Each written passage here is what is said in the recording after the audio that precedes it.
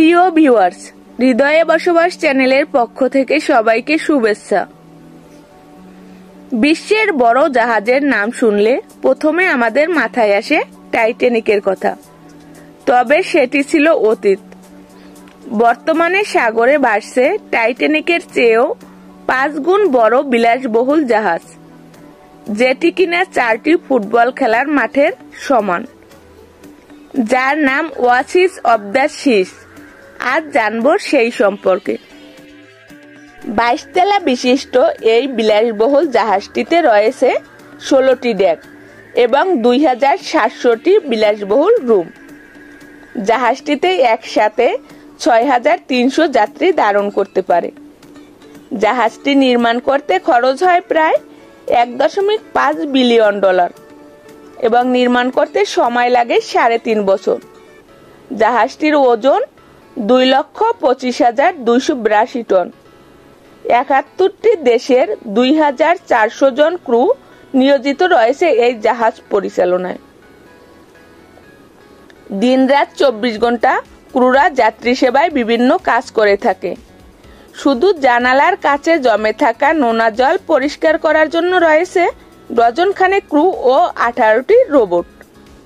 মোট 7টি ভাগে ভাগ করা হয়েছে এই জাহাজের বিশেষত্বকে, যেমন central park, swimming pool, fitness centre, বিনোদন কেন্দ্র প্রভৃতি।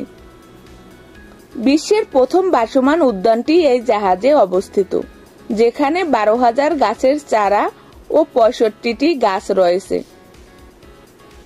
জাহাজের পিছনের দিকে রয়েছে 750টি আসন বিশিষ্ট একটি থিয়েটার, যার মধ্যে রয়েছে সুইমিং পুল।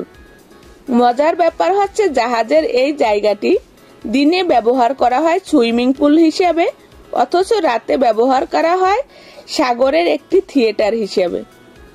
কেবিন বা থিয়েটার ছাড়াও জাহাজের প্রায় প্রতিটি অংশে রয়েছে অসংখ্য বার, পোশাক ও বিভিন্ন দ্রব্যাদির দোকান আর রেস্টুরেন্ট। এছাড়াও রয়েছে ভলিবল কোর্ট, বাস্কেটবল কোর্ট ও 4টি বিশাল আকৃতির সুইমিং পুল। জাহাজে আরও রয়েছে ইয়ট জোন, যেখানে আছে কম্পিউটার গেমিং ও সায়েন্স ল্যাবরেটরি সহ নানান আকর্ষণীয় বিষয়।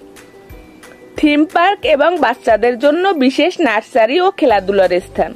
বিলাসবহুল এই জাহাজে করে ক্যারিবিয়ান সাগরের বুকে বেশে বেড়াতে চাইলে আপনাকে গুনতে হবে $1458 এবং বিতল বিশিষ্ট সমুদ্রের দিক মুখ করা সিট ভাড়া $3,200।